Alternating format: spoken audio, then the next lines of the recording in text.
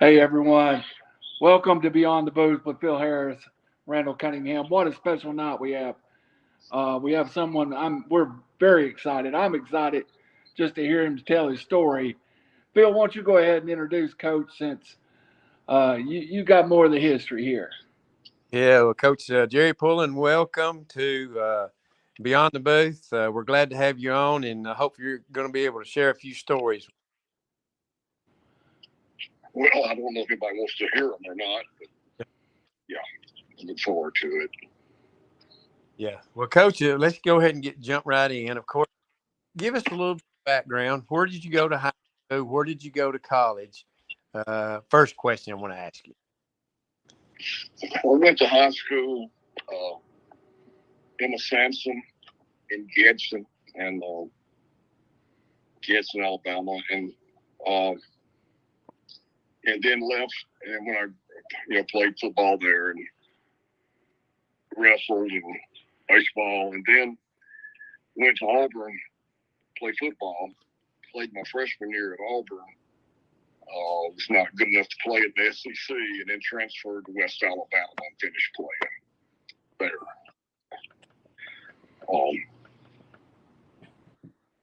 And then that's when I started. That's when I went into coaching when I graduated from West Alabama, and went back to my high school to coach. Matter of fact, Emma Samson coached 2 years there for Buster Gross, who had been around for a while at A-Rap High School before Emma Samson.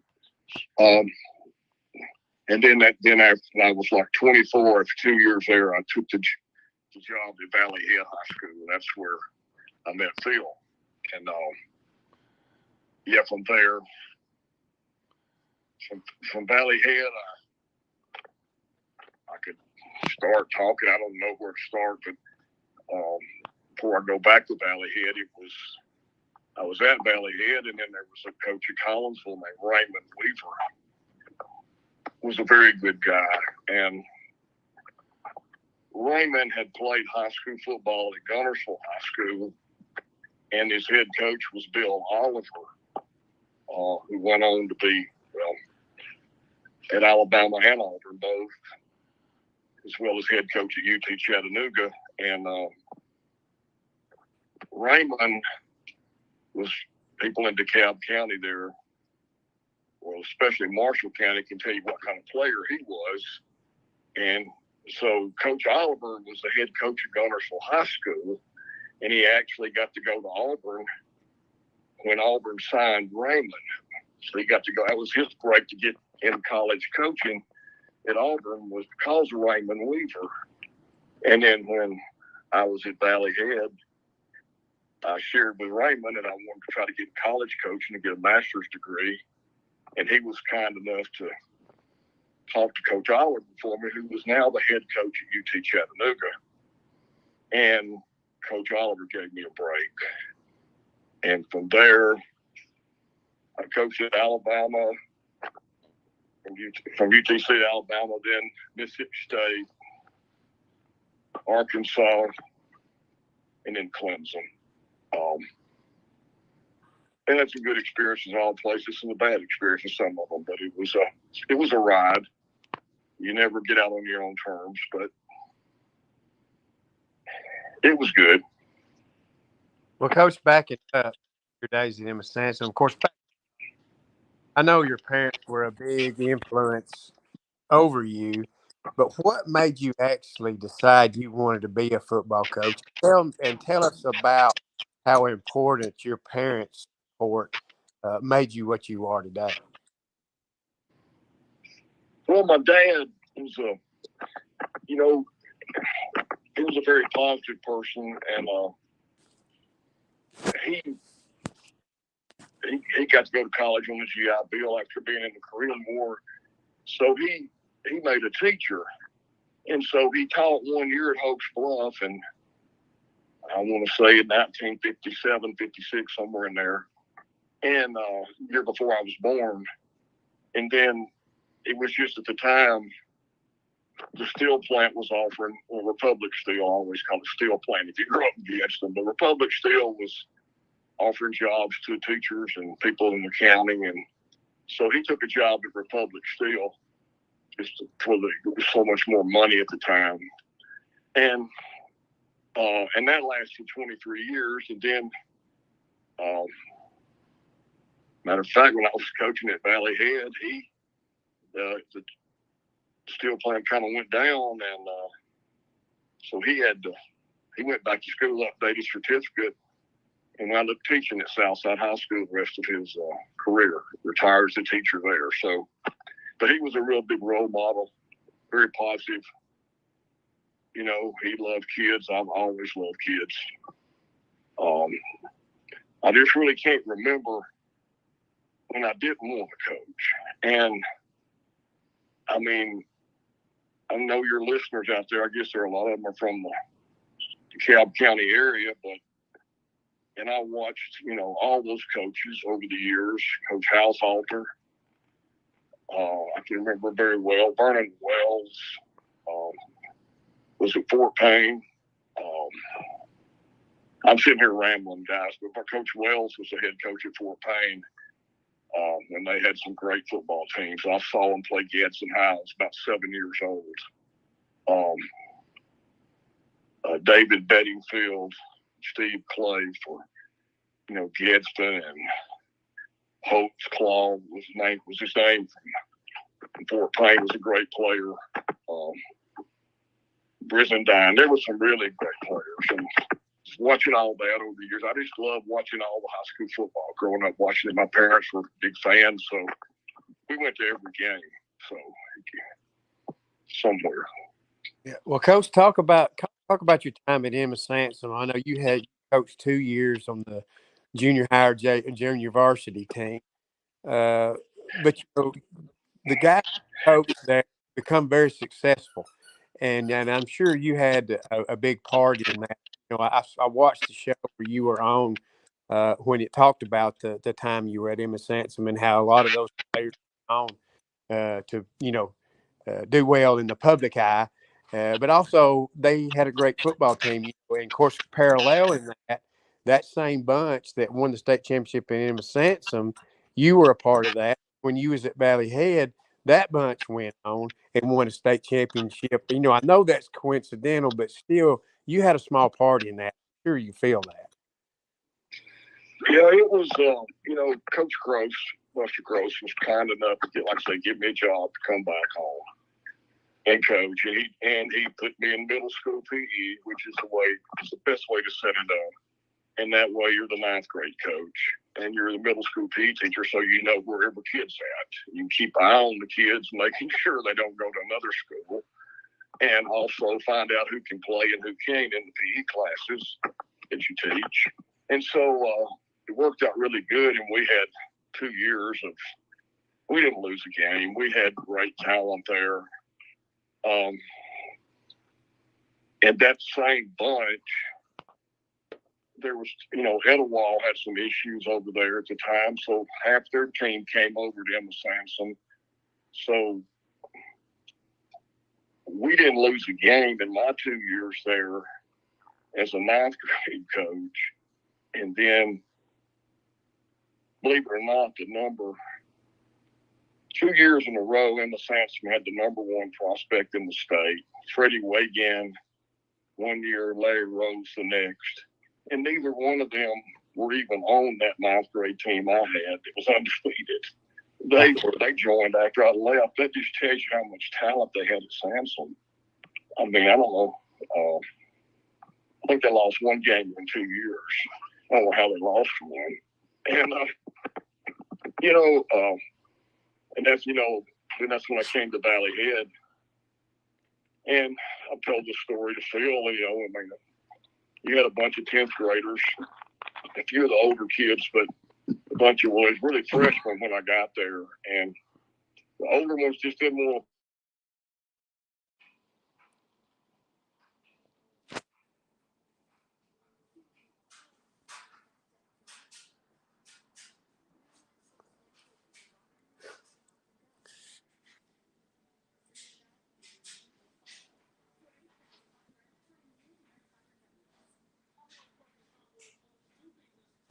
Lost something. That,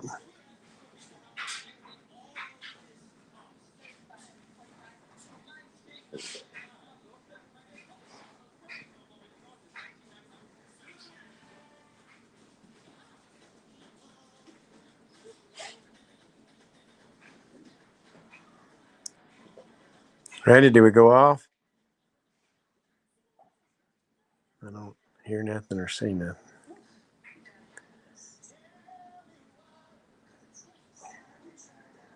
If I'd have known what I was doing coaching, we might have even been a little better, but we still went 7-3. And then, as you guys, y'all were a very tough bunch of kids. You really were, and I'll always be indebted to them. And then they won the state their senior year. The same night, Emma Samson won their state championship. And I was at the Emma Samson games in recruiting, and I was driving back. Coach Rocky Felker and myself were in the car, and I can tell you right where it was on I-59 when I heard Valley had won it. Stuff like that really sticks with you. Coach, we lost you for just a minute. It's raining bad, but we got you back. Now, Phil, have you got us back too? Yeah, I'm good. Yeah. All right. You have to excuse me, Coach. We got a kind of a rainstorm coming through Chattanooga. Yeah. Sure. No problem. Well, Coach, looking back at I just thought of this. Now that we have Gadsden City High School, and some people now really don't understand what I would have. I have Gadsden High. We had Emma Sansom. We had Litchfield in the Gadsden area. Of course, they combined to make Gadsden City. Do you think a lot of rivalries were lost? Those schools were combined. I know it changed football a lot. It was it changed, and this was something that anybody my age group, they went through this, and it's just part of it. And kids were resilient back then, and parents were resilient. This was 1969. I'm going into 7th grade. I had gone to watch every Gadsden High game growing up. Everybody, my uncle, I had a great uncle and uncle, both in all state at Gadsden High, and that's all I ever wanted to do was play at Gadsden High. And then in the 7th grade, federal judge came in and said, we're closing the African American junior high school, and then Carver High School will be closed in 2 years. And if you live where I lived at the time, you will now be going to General Forest and then Emma Sansom. It was like, okay.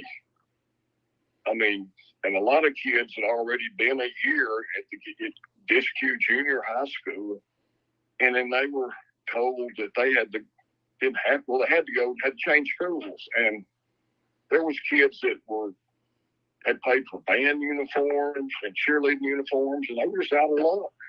And there's not a single parent sued. We just made the best of it. Both races made the best of it. And it was tough being thrown together. And it just, that was the first stage. And then it was still Gadsden and Samson, and everything was adjusted pretty well. Then Gadsden decided to make Litchfield a high school, which didn't help Gadsden High any at all, because they got all the Litchfield players.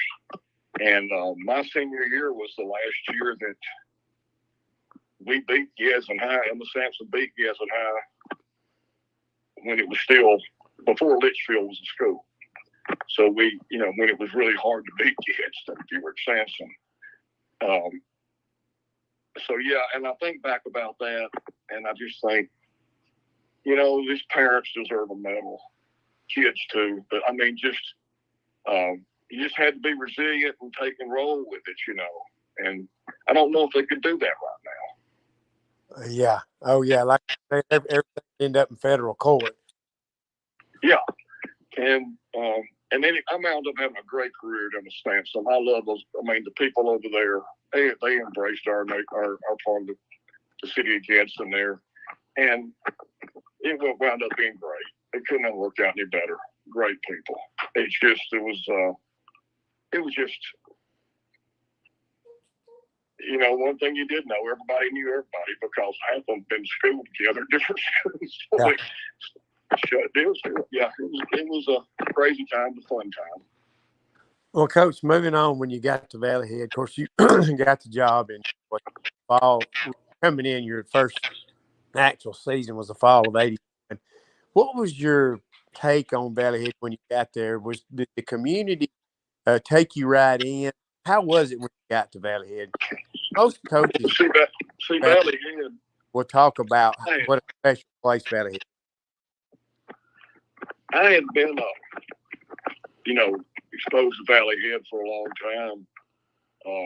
Just from the newspaper, and has relatives in Mentone. But, you know, I remember when Coach, Haushalter was there. And I can remember reading about him in the papers there in Gadsden.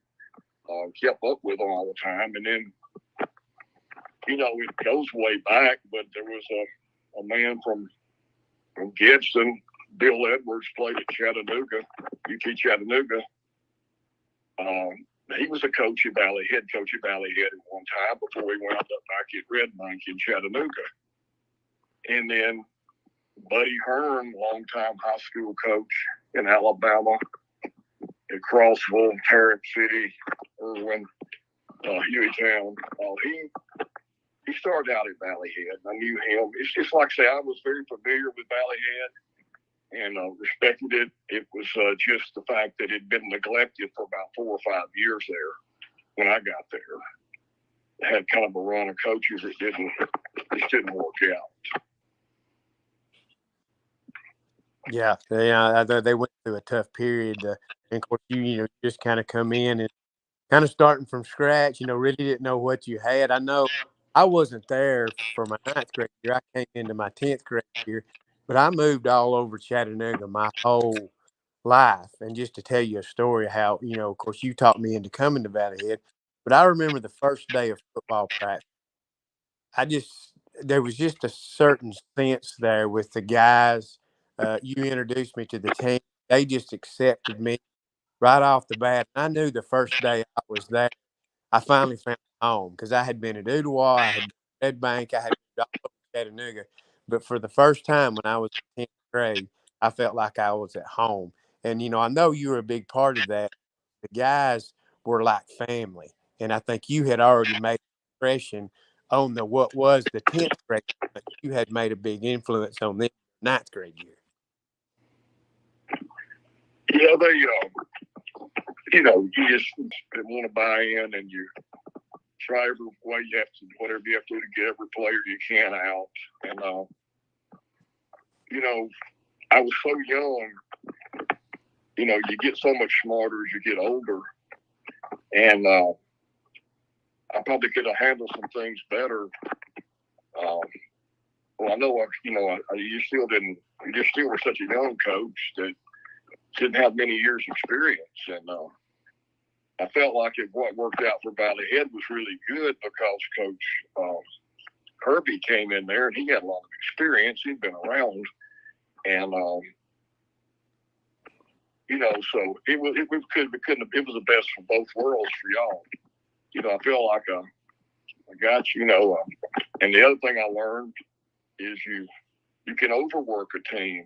And I didn't understand that at the time. A lot of young coaches don't. Rest is very important.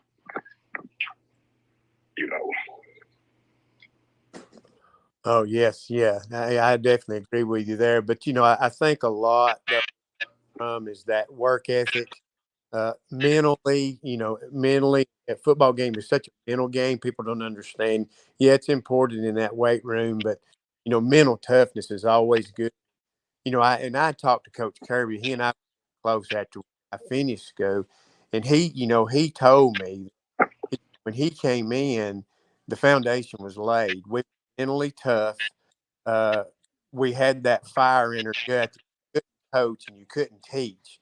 He said, but he said all he did, he brought in a quarterback and had to change the moving parts a little to fix his way of thinking, the way he does, because he's an outstanding defense coach. But he'll tell you that he just kind of sort of plugged everything in and kind of trying to stand out of the way and tried not to mess anything up. And and that's experienced coach, like you're talking about, steps in, knows what he has, and just runs with it. Yeah, it was a great experience, and to be able to say you win a championship it's just they're hard to come by. Any level, any time, they really are, and it's something I'm just proud of Valley Head still being a strong school, because I was afraid by this time it wouldn't be a school. But the communities kept supporting it, and I'm just glad they, a lot of counties in Georgia, I know y'all see it up there where you're at, they consolidate a lot now. And that always worries me at Valley Head about being consolidated into either Fort Payne or I don't know where the other direction would be, but that's something I'm glad that Charles Robert Hamlin's is doing a really good job there now. Yeah, I know. He's one of those wanted me to give a shout out, hello to you, and thanks a lot of you. And and I think football is kind of the glue that holds this community together. It always has been, even when Valley Head went through tough times. It kind of held everything together in this community, and that's what you always worry about is if you do take this school out of this community, you rip the community apart. What I'm afraid will happen, but someday it's going to happen because the state's going to mandate it, that you're going to have schools combined, kind of like what they did up in Stevenson and Bridgeport to make North Jackson High School. It takes away from the football, hurts the. When you come to DeKalb and Jackson County, stands are full. People love sports here. It's community supported. Yeah, on Friday night, we're enemies. On Saturday morning, we're all friends. And that's what makes high school football great. Well, I remember those Bridgeport-Stevenson games. And I'm sure North Jackson's got a good identity and they've done well. But it still was more fun when they were separate. To me, I know it's changed. It's been a long time, but they had some great ball games down there. Great rivalry. Along with South Pittsburgh right there, too. You're talking about two really good football teams right there for a long time. Yeah, definitely. South Pittsburgh maintains theirs right now, it looks like. And won another state title. Their team. Well, Coach, when you were at Valley Head, who were some of the people, name-wise, that were big influences to you, and maybe some of the kids that kind of stood out that, because when you kid and you spend some time with them, that they've got an opportunity to do things well in the game of life, not football. Some of the people around the community who were a big influence or a big help Valley Head. I'll leave somebody out. I kind of worry about that, but there was, we went to church there in Valley Head. Church was so supportive, and Richard Ellis there taught at the school, and he was a big supporter of football and helped on that field some. Everybody just, and Mr. Johnson, the principal, he always had young coaches like me to put up with. And a lot of times, a place like Valley Head, you have younger guys, and they would drive the principal crazy. But he was a very common influence. When Steve King came in with me, he took over basketball the same year I took over football, and Steve was a good football assistant and had played quarterback at Ider and played basketball at Jack State. But he was just he was fiery, but he was good, hardworking guy, just a team guy. I tried to help him in basketball. I learned a lot from him about basketball, and he was a big help in football. Yeah, it wasn't too long ago. Well, I talked to him the other day. We're going to have him on this in a couple of weeks, but he asked about you, wanted to know how you were doing and wanted to give a shout out to you. Yeah, Coach King is always, you guys come in, like you were talking about young guys that come in, y'all were learning like we were. Coach King's learning about being a basketball coach. He's thrown to the fire real fast. You were thrown to the fire real fast. So there was a big learning process. So I guess leaning on each other was a big help. Yeah, and it was funny. Dale Pruitt took the Pisgah job that same year. I think he's the same age I am. And then the other young guy in the area was Paul McAbee, who was at Douglas at the time, wound up being principal at Albertville. And I know in the North Alabama, from Birmingham up, we were probably the three youngest coaches in the state. I know for sure public school. And,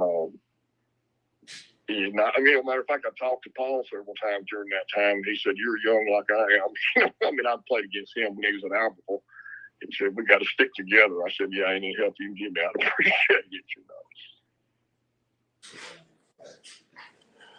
Well, Coach, of course, after you left Valley Head, and went into college, of course, I know it was a stepping stone for you, and your ultimate goal was to get into college coaching. But I guess you had to have a little bit of regrets by leaving because of the relationships you made. Yeah, and I thought I would get, get back into coaching. When I got out, I was at Clemson. And when I got out, it was never your choice. And I thought I would go back into high school coaching, and there were some circumstances at the time that just didn't work out very well. It was, and that's when we made our move, Lisa, my wife, and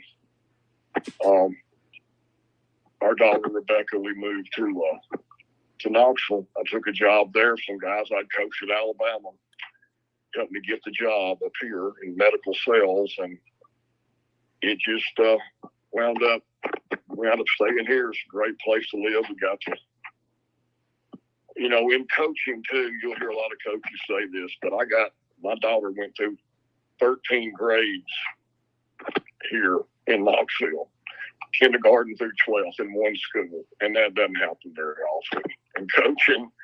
And then she managed to go ahead and go to school at UT, so actually longer than that. So, I never was, separated from the children or they never had to make a move. That's so hard in coaching. Very hard on families,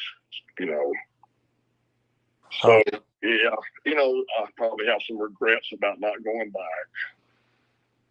But that made the relationship with your daughter so much more, because a lot of times you may not have been there, seen her grow up. This way, you were there all, most of the time, I'm sure. So, God has a way sometimes of putting you where He wants you to be and where you need to be. And some things don't work out perfectly. But Coach, tell us, when you were in college, I know you had a lot of ups, but a lot of us don't know about college, coaching in college. Of course, you coached under Oliver, Perkins, Houston Nutt. There were some big names you coached under. Tell us about some of the experiences and maybe a couple of stories when you were coaching in college, because a lot of people don't really know that. I know high school. I don't know college at all, other than being a fan. Well, it was a little bit different. It was harder back then because you had you had to be out in the summertime recruiting a lot. It wasn't near as, they didn't have the windows they have now. You had to be out a lot more. And the recruiting when I was at Alabama it was still more statewide. It wasn't nationwide like it became. It was a difference, but it was like you get real close to a bunch of guys because you spend so much time together in the building, and it's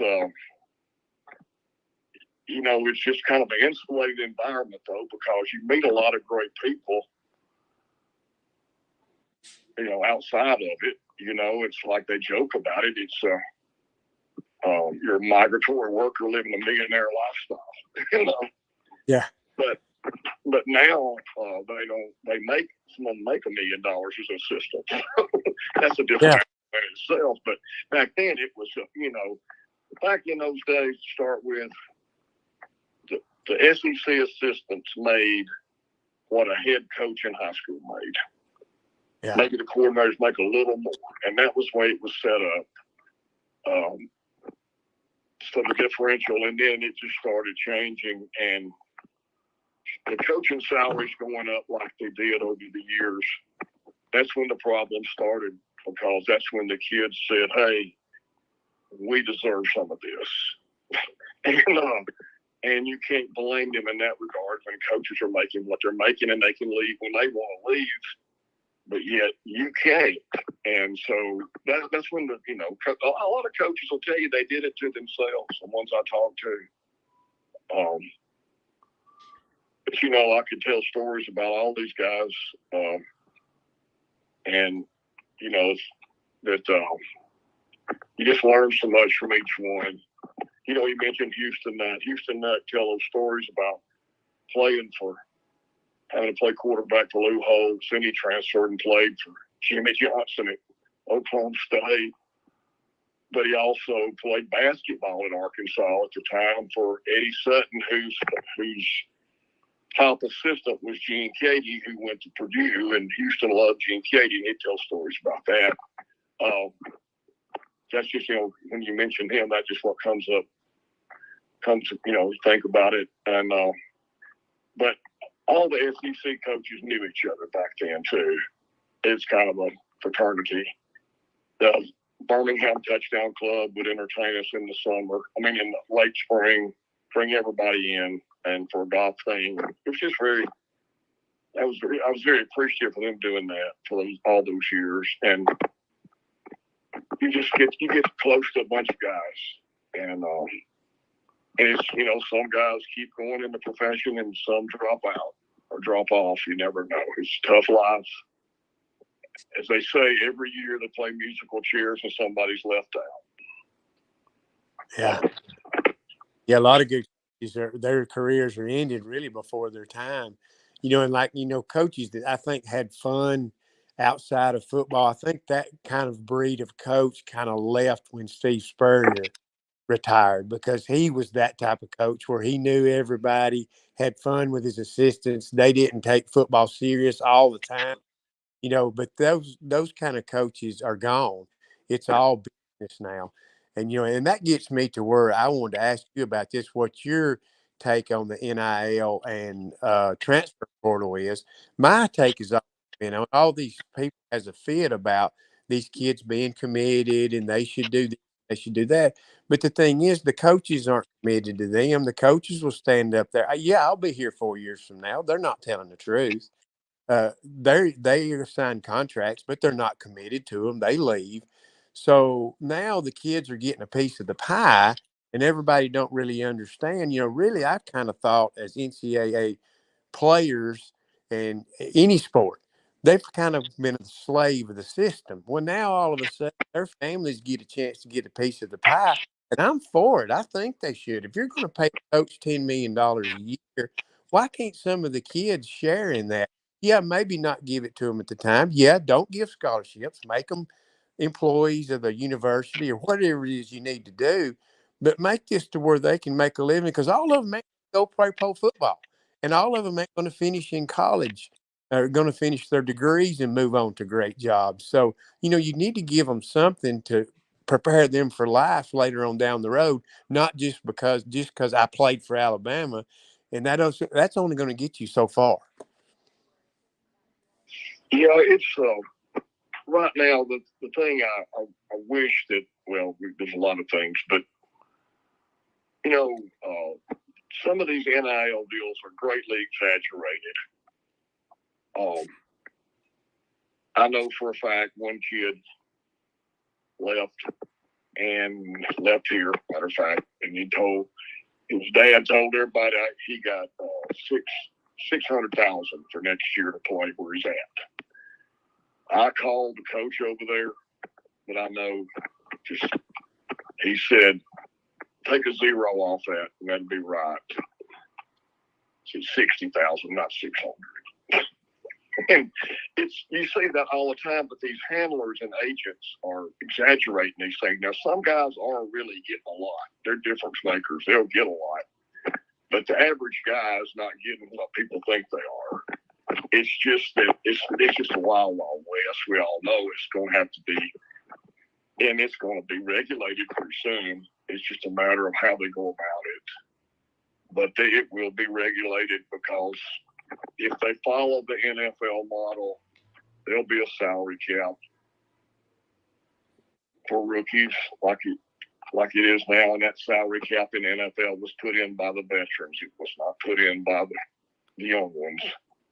So, yeah, when it's going to, the players will have a seat at the table when they redo this thing. They'll have to give them that.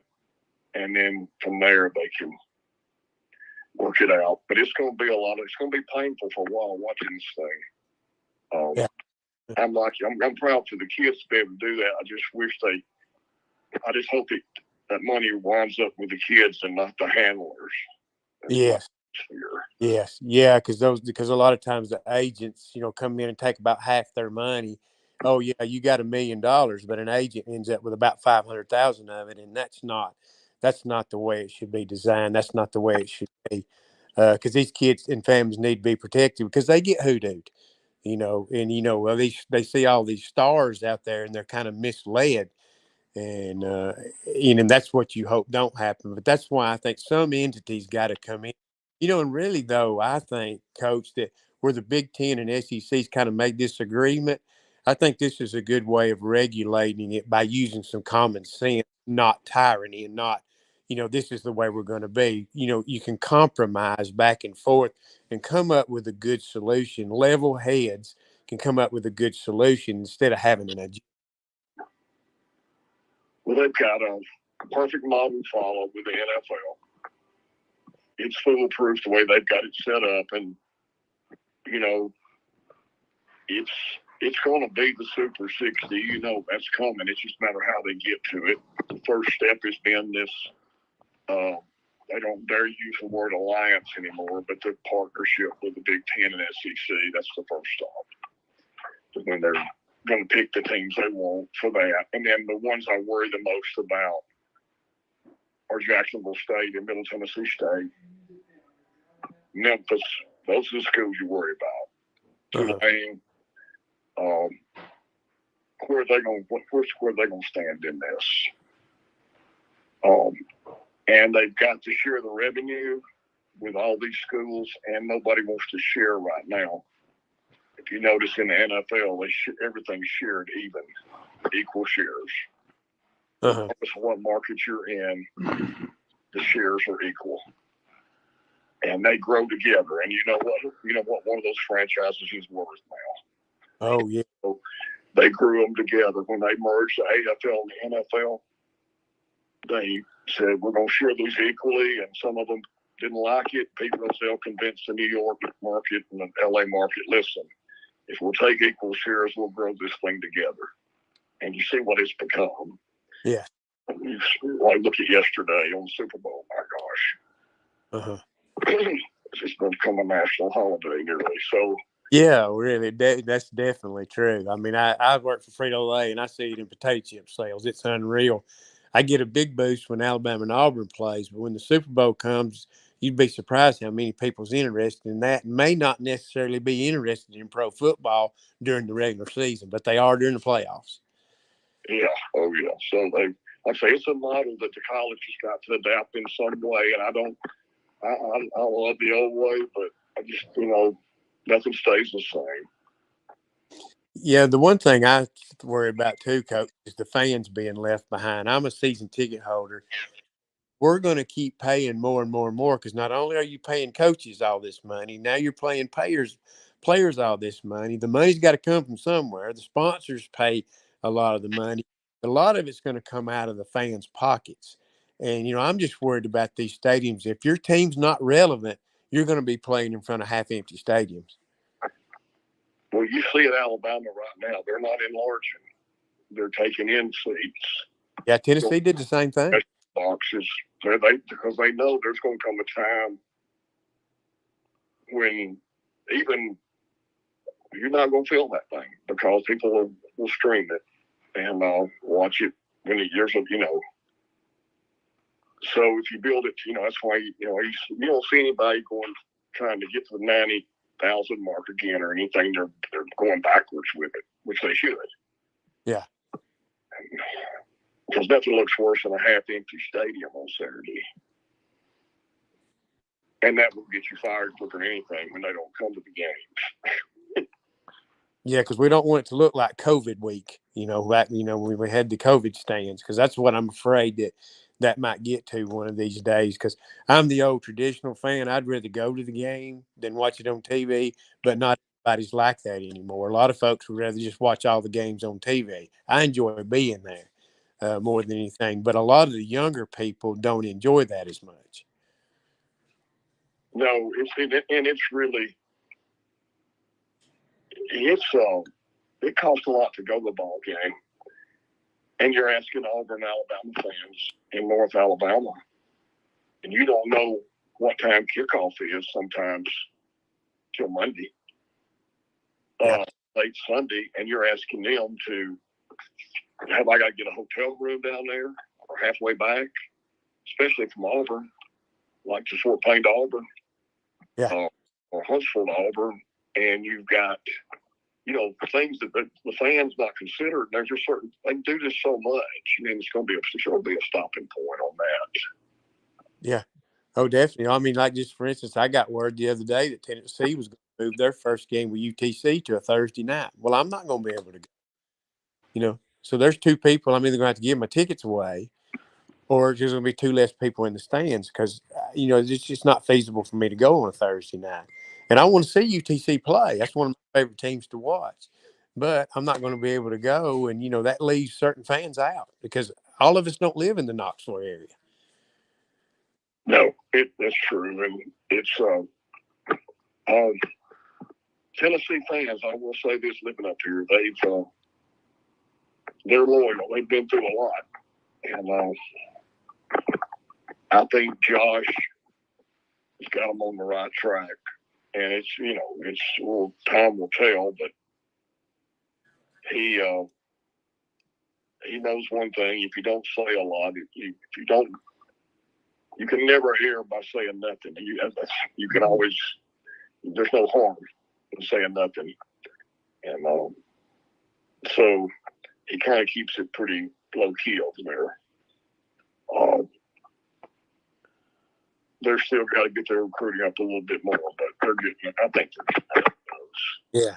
Well, I think the sanctions may have hurt some, but I think it's getting a little better each, as they, build and getting some better players. I think, the kids sell the program. So when you have a Nico come in, that helps. Then Tennessee signs, they got McIntyre. I think within the program, those kids sell the university more than the coaches do. And I think that's starting to happen for Tennessee. But, of course, you and I both have a concern about high school sports. Here where we're at, it's good right now. Teams are winning. It's been successful. But all across America, the high school sporty, especially in football, has kind of went downhill some. And a lot of it, and you've talked about this, is a lot of coaches aren't staying in it like they used to. It's not a career job anymore for them. Yeah, it used to be when I was West Alabama, Troy State, at the time Troy State, Jacksonville State, and UNA, we were all in the Gulf South Conference. It was one of the hardest Division II conferences in the country. We could beat any school back then in the OVC, an Ohio Valley Conference, and they were in 1AA at the time. It was just a great league. And that, but why I say that is the coaches, everybody that played in those state colleges, most of them went into coaching. And that was very, and you played college, so you know your fundamentals. And you teach fundamentals really well. And then now it's like, you don't see that many guys you don't see them putting those coaches out now, like they used to. And, fundamentally, I know, especially offensive line play has gone backwards. And yeah, it's, we've got to, what a high school coach goes through right now with parents a lot of times, it's like the younger guys are seeing that and saying they have it, Yeah. And it bothers me a lot because it's such a noble profession and it's such you just don't realize how much effect you have on people. Teachers, they never die. Coaches never die. They stay in people's hearts. The stories of those people go to the next generation. You just, there's no profession like that. So I just hope some of these young guys that play will see to try to go into it. And they will have no regrets. No. And, it pays a little bit better now, too, for some of these coaches, especially when at higher level, and there's not many of those, like Don Jacobs that was at Scottsboro recently, and you've got Lee Osment that's at Arab, outstanding player, outstanding role model, played for Alabama because he was all heart. And, and that's the way he coaches. You don't see a whole lot, like what you're talking about, where those guys come back into coaching and make careers of it because they love people. They love those kids. And Coach Osment, we'll have a press conference and he almost tears up when he talks about the kids. It means so much to him. Yeah, when he was, we signed him when I was coaching at Alabama, and basically signed him to help get another player in Spartanburg. Danny Cash was the kid's name, and Lee wound up being the ball player of the two. And Lee was playing. He lettered as a freshman down there. He was on kickoff punt team. He'd go after people. He had zero fear. And where is he at right now? I forget. He's at Arab. They've done very well. Well, great. I'm glad to hear that. Arab's very lucky to have him because he came to Gadsden. He was a lawyer and decided he wanted to coach. Got on the Gadsden High coaching staff, and then went to Glencoe, and then I hadn't seen him in forever. Didn't know where he was right now. A guy called me one time about the Grissom job. Did I have somebody to recommend, Grissom or Huntsville? And I recommended Lee. And I called Lee. That's the last time I guess I talked to him. That's been a long time ago. And I just said, hey, maybe you look at this. I don't know. You know what you want. And but I'm so glad if he's at Arab and they're doing well. Yeah, I think this is about his fourth year. They got within a 2-point conversion to get semifinals the year before last. They got beat by I forget if it was Ramsey or it may have been, but last year they got beat out in the first round. But the year before last, they had an outstanding team, and and it's effort kids. They just give it all they got, and so he's a special individual naturally. But yeah, he does. Well, I always root for him because he always has the right things to say. You ask him a question, and he always has the right answer. There's a funny recruiting story about him. He was in Anderson, South Carolina, where that movie Radio, where the guy was from, that movie they made about the special needs kid named Radio. And Lee played there. It's right by Clemson, and evidently Clemson didn't want him. And maybe South Carolina had offered him. I'm not even for sure.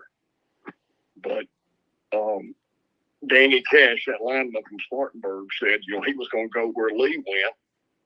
So when Coach Perkins heard that, he took off up to Anderson, went in there that same night, And Lee was playing in a basketball game, and he got home late. And Coach Perkins was in his living room talking to his parents, and he had never even got a brochure from Alabama. He hadn't even got a letter. He didn't have, you know.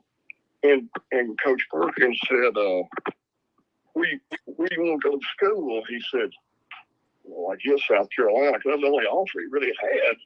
And Perkins said, "What are you going to go there for? You know, they've done this. How many national championships they've won, blah, blah, blah." And Lee's going, "Oh, no, Coach, I'm not getting options here. I'm just," and Coach Perkins said, "If I offer you a scholarship right now, will you accept it?" And he said, "Well," he hadn't even visited Tuscaloosa. He'd never even seen it. And he said, "Well, yes, sir, I'll do it." He said, "All right, you're signed. Your scholarship will be at the school." And in 2 weeks. And sure enough, he came in, played immediately, like I said, and never backed down from anybody on that practice field. He would go head to head with any of them as a true freshman. He didn't back away from any collisions. And it's funny how that works. He was a guy, he might have been a 3-star. But they even had that back then, but he was a ball player. Yeah, can't measure heart. Yeah. Well, Coach, I hate to keep you on. I don't know if Randy wants to ask you some questions, but have you ever thought about? I know you're at the age you are now. Have you ever thought about possibly dabbing back into coaching, maybe as a volunteer, or in some capacity now that you have actually retired from your career? Yeah, I've always hung around Farragut High School here with Coach Courtney, and he probably, he is my best friend. And early on when I first got here, and I hadn't been out of it long, we met, and he just kind of invited me to come around and get my fix, and I didn't have interest at that time in coaching because I was trying to get the other job started. But, hanging around, watching film, watching video, and I appreciated that a lot. And so, yeah, I say that by saying, that, I tried to help him with just kids, just trying to keep kids out and help in the program any way I could. Then I served on the board here at the Fellowship of Christian Athletes in East Tennessee, trying to give back there and really wanting to, I actually may coach. My grandson is going to be in 4th grade next year and wants to play, so I might help coach his team. But Yeah. I did coach for 3 weeks in Turkey when they were installing college football at one of the campuses over there in Turkey. And that was rewarding, mission trip and all. But, yeah, I've kind of stayed close to it, talked to a ton of people in it. I just, I'm kind of like, I'll always be around it somewhere. Yeah, well, because I think, it's kind of like with me doing radio over time. I always want to do this kid. But, then you get to seeing how you influence others, and it makes it rewarding. So when you're able to influence young kids, it might be a kind word. It might be a pat on the back.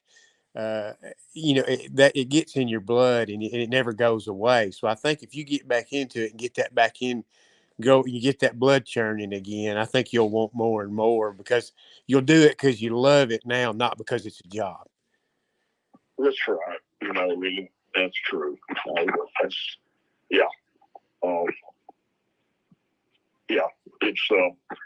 It's funny how much you learn watching the game on television. All these years you keep watching games and you just see all the stuff that you didn't know when you were in it.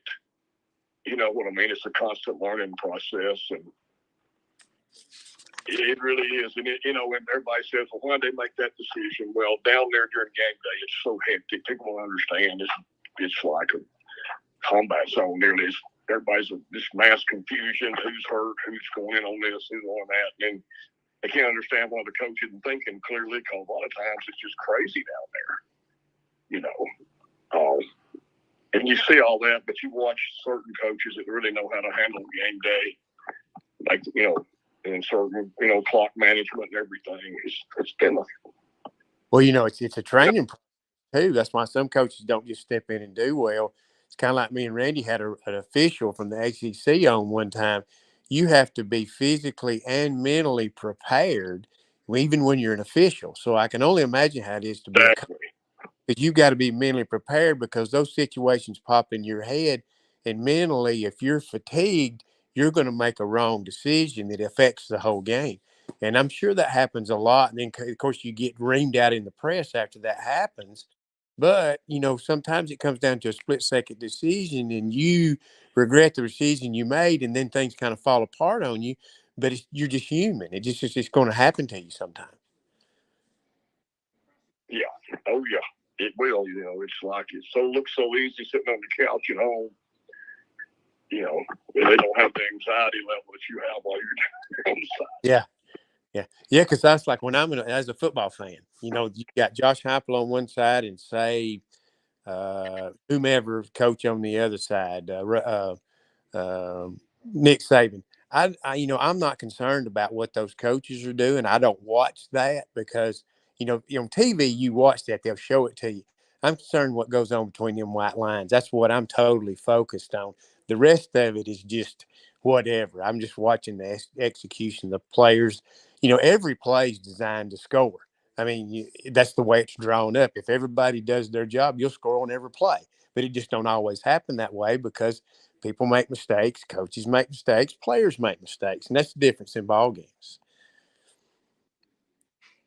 Oh, yeah. Randy, is there anything you want to add? Coach, I just got a couple of quick questions, and I've listened to a couple of interviews today. I want to go back to Emma Samson. What did it mean to start your career with your family around and be able to be part of that early coaching legacy of yours? Oh, it was everything. And, it's fathers are so important. And there's so many kids that don't have a father. And it doesn't have that or their support from home. And, I think back about that, and it's just, we need to get back to that. I'm afraid it's going the other way, but, kids need that confidence. They need that parent. And I told somebody the other day, if you go, I talk to a lot of coaches, and you go to the Ohio State or you go to Alabama, and after a game, the coaches say the kids will come out and they'll have plenty of people there to see them. It'll be for sure their mother, a lot of times the dad, and uncles and aunts. And then you go over to Jacksonville State, and I'm not picking on Jacksonville State. I could do it a lot of schools, Georgia Southern, and there won't be anybody. Coaches told me they'll come out, and they won't even have a single person waiting on them outside. And that's when and that's why that kid probably has some issues, and that's the reason he is there instead of one of the big schools, because he didn't have any support at home, and he probably got in a little trouble or had some trouble with academics, and he could play for anybody. But it just shows the value of parental support, Coach, that's funny. You led into my next question, and I'll wrap it up and send it back to Phil. Your time at Chattanooga was probably, I was in early high school, and I remember as we called him, Brother Bill, Coach Oliver, being at UT-Chattanooga. That program at that time thrived, and it's went through some hard times since then. What's the difference in being at that level of football and being at Arkansas or Clemson as far as a coach? It's really coaching's a lot of the same, as far as X's and O's go. There's a lot of great coaches in that Southern Conference. When I was there, Georgia Southern was just getting started. Yep. And I will say this: before Georgia Southern started, like when I was in high school and college, for that matter, there was Georgia and Georgia Tech, and then Valdosta State decided to start football late 70s. and then Georgia Southern. So there wasn't anybody. We were at Chattanooga. We could go into Georgia, and Furman could go into Georgia, everywhere, go into Georgia and get players, Jacksonville State. But we got a lot of great players that just didn't have any place to go. And a lot of times they were good enough to play at a lot of places. That was the most under-recruited state as far as having colleges in it, you know. And then now there's colleges on every corner in Georgia to play football. But back then there was none. And we capitalized on that a lot. And you know, guys like Joe Pate, who was, you know, had coached the high school ball in Georgia and Alabama. And Roy Gregory had coached high school football in Tennessee and Mississippi and TMI at the time. And then those guys could all just had so many connections, and we brought in some great players there. It was really. Coach Morrison had started it there, and then Coach Oliver took it, and he, you know, and then our main nemesis when I was there was Furman. But yeah, they were good, they had some good players. But it was I don't know now. I kind of think they undersell it sometimes. I'll be honest with you. We used to get a lot of kids in Chattanooga. We just asked them to come this fall. If you're a lineman, come on up here. And in the spring, you'll get every rep because we'll be short on linemen, and you can earn you a scholarship. And you get a lot of kids. They just want to be asked. That's the key to me at Chattanooga still is the location alone. You've got to be able to get your players. I don't know.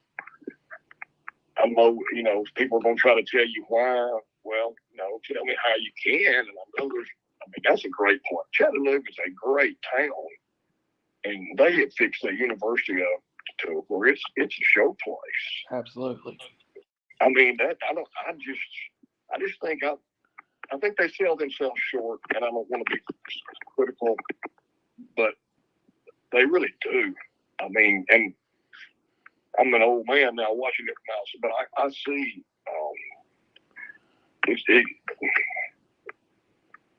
I wish they would, you know, I think a lot of them, they're not the only one I'm talking to on this, too, ETSU as well. So you need to be very creative to bust, you know, there's a certain amount you can bust your scholarships up, but you need to be creative to get those extra players in there. Chamberlain Field on a Saturday night in that period, Tony Ball and all those guys, Coach Morrison, Coach Oliver, it was electric. It really was.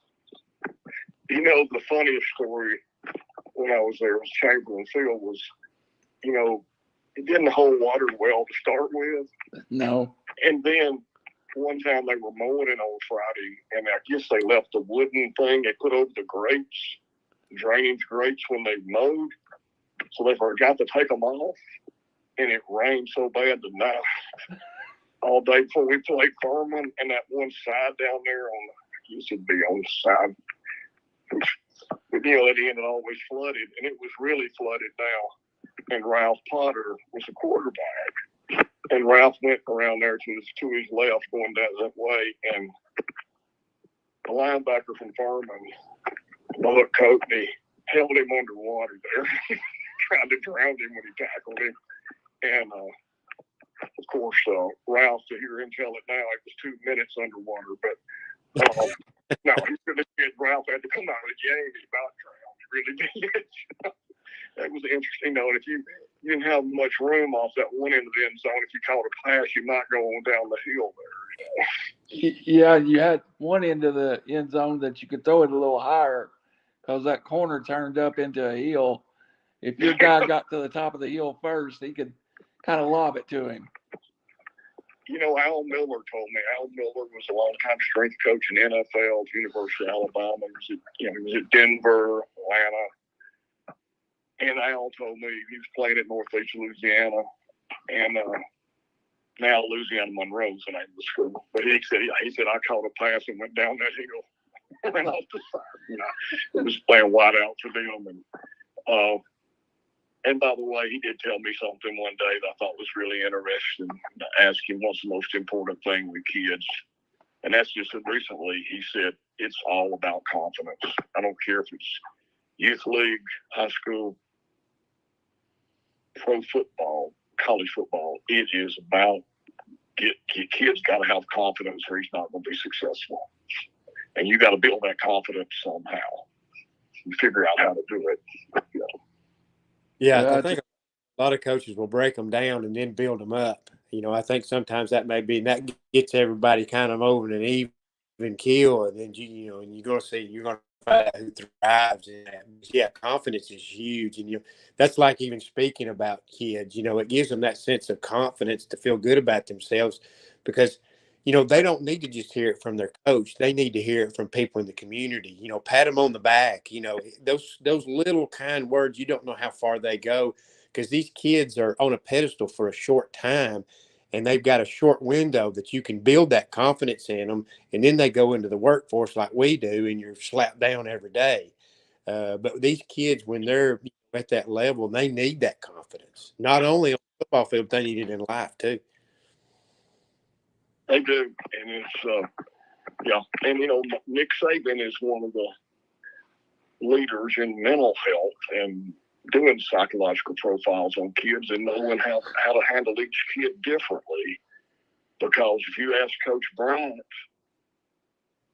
he said, you know, his last year at Alabama, he told a friend of mine when they were talking one-on-one, he said, I regret the kids I tried to treat them all the same, and some didn't respond. And I could have reached those young men if I'd have just been a little more flexible and realized that they didn't respond to the tactics, you know. And, you know, it's funny that he worried about the ones he didn't reach.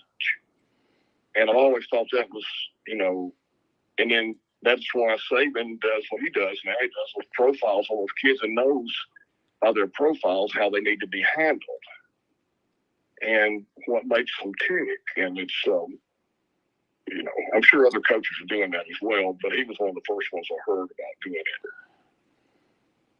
Yeah, that, you know, and really, Coach Pullen, you know, and I think this is where the University of Alabama will suffer, because there's no way you can replace, you know, of course, Nick Saban, they're going to, you know, he's a great football coach, and he definitely was, but it was behind the scenes is what he was good at. He was better than anybody else about keeping close range. You don't speak outside the football office. Everything stays within. You know, he did all those things that protected those kids. He wouldn't let them speak unless he felt like they were, you know, he wasn't going to let them make fools of themselves in front of the camera. You know, he did all those little things to protect those kids, and then gave them the opportunity to thrive. You know, and when they left and went to the NFL, he already gave them the tools. They didn't have to do anything else. They were already prepared. Yeah, it's been a ride watching them, a pleasant ride, and you know, you knew it was going to be in sooner or later. I think Coach DeBoer, I've heard great things about him from people about what a good person he is. So, you know, it's going to be a tough follow, but I think he'll be fine.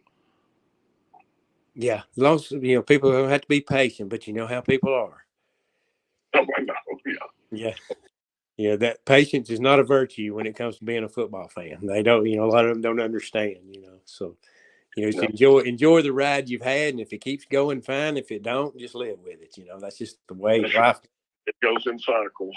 Oh yeah, it definitely does. You know, Tennessee took one for a while, they took a beating. Florida won for a while, they took a beating. Georgia's winning right now, they'll eventually take a beating. So, you know, it's going to go in cycles, definitely.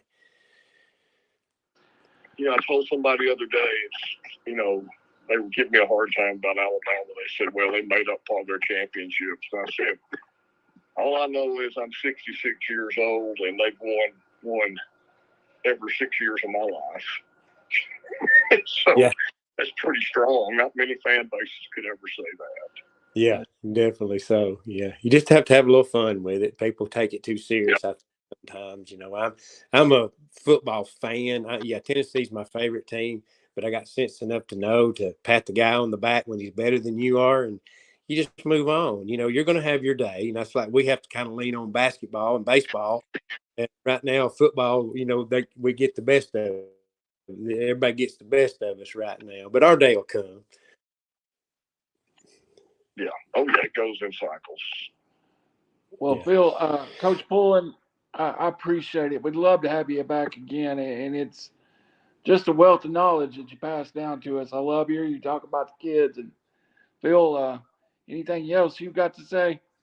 No, I just want to thank the coach for coming on and sharing a few stories. I know we could probably talk all night long, but and I encourage you, Coach. I wish you get back into coaching. I think you have that ability to influence others. It's Stacy Smith. I think I forwarded you to the message that he told me, about what his impression of you. And I think a lot of the people that played with me during the time you was here have that same uh, feeling towards you. You were a big influence on us, and any coach is, but that you were only here for 2 years, but you made a big influence on a lot of lives in your time here. Well, I appreciate that. And it's always very special kids, and you never forget them.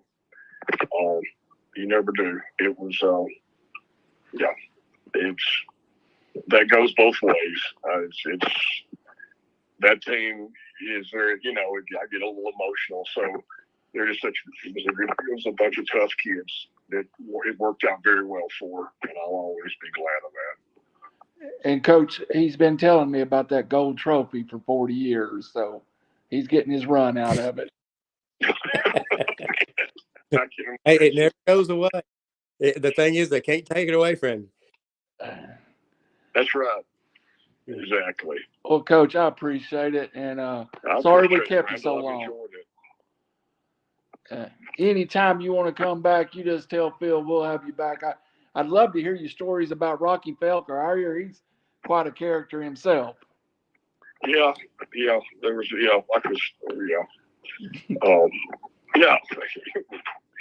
things just start coming to you while I'm talking to you. You know what I'm saying? So, I appreciate y'all's time. All right, Coach. Appreciate you. Thank you very much. You take care. Take care.